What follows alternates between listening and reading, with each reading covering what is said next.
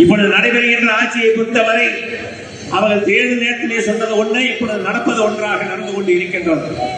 இன்றைய தினம் 1000 ரூபாய் கொடுக்கிறோம் என்று சொல்லிவிட்டு பெண்களுக்கு 27 மாதங்கள் கிடைத்து அதுவும் நாங்கள் போராடியதற்கு பின்னால் சட்டமன்றம் மாவட்ட தலைநகரங்களிலே போராடியதற்கு பின்னால் இப்பொழுது 1000 ரூபாய் கொடுத்துக் கொண்டிருக்கின்றார்கள். இப்பொழுது சட்டமன்ற தேர்தல் வருகின்ற காரணத்தினால் விடுபட்டவர்களுக்கு ஒரு 35 லட்சம் பேருக்கு நாங்கள் கொடுக்கிறோம் என்று கணக்கெடுத்திருக்கின்றார்கள். டிசம்பர் மாதத்திலிருந்து கொடுப்போம் என்று சொல்லிக் கொண்டிருக்கின்றார்கள்.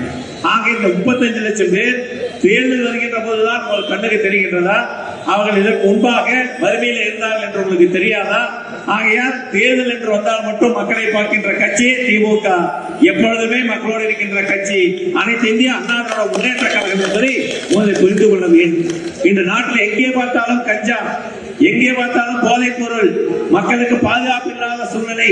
கஞ்சா குடித்த காரணத்தினால்தான் கொலை நடக்காத நாளே இல்லை. அதுவும் கொலை என்றால் ஒரு நாளைக்கு ஒரு கொலை 2 கொலை இல்லை, 2 பேர் 3 பேர் என்று ஒவ்வொரு இடமாக கொலை செய்து கொண்டிருக்கின்றார்கள். இந்த ஆட்சியாளர்களை கண்டு இந்த ரவுடிகளுக்கு பயமில்லாத காரணத்தினால்தான் அம்மாள் இருக்கின்ற போதும் ஆனால் எடப்பாடியார் இருக்கின்ற போதும் இந்த ரவுடிகள் எங்கே சென்றார்கள்? இப்பொழுது எப்படி வந்தார்கள்? போதைப் பொருள் விற்கிறவர்களாக இருந்தாலும் சரி, ரவுடிகளாக இருந்தாலும் சரி, திமுக ஆட்சி எப்பொழுதெல்லாம் வருகிறதோ அப்பொழுதெல்லாம் கஞ்சாவும் அதிகமாகி விடுகின்றது, போதைப் பொருள் ரவுடிகள் எல்லாம் வந்து விடுகின்றார்கள். ஆக இதற்கெல்லாம் ஒரு விடிவு காலம் என்று சொன்னால் மீண்டும் அதிமுக ஆட்சி அண்ணன் எடப்பாடியார் தலைமையில் வந்தால்தான் நாட்டு மக்களுக்கு பாதுகாப்பாக இருக்கும் என்பதை நீங்கள் புரிந்து கொள்ள வேண்டும்.